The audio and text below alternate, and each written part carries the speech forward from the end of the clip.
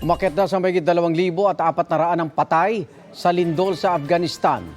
Ayon sa Disaster Ministry doon, nasa mahigit 2,000 naman ang sugatan. Sa 7 magkakasunod na pagyanig ditong Sabado, pinakamalakas ang magnitude 6.3 na naitala. 35 kilometers northwest ng Herat City. Maraming bahay ang nasira, hindi naman na madaanan ng ilang kalsada.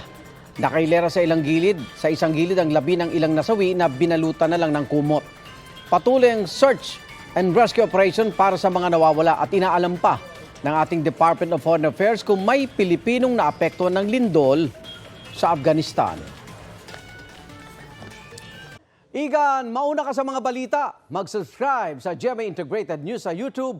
Sa mga kapuso abroad, subaybayan nyo kami sa GMA Pinoy TV at sa www.gmanews.tv.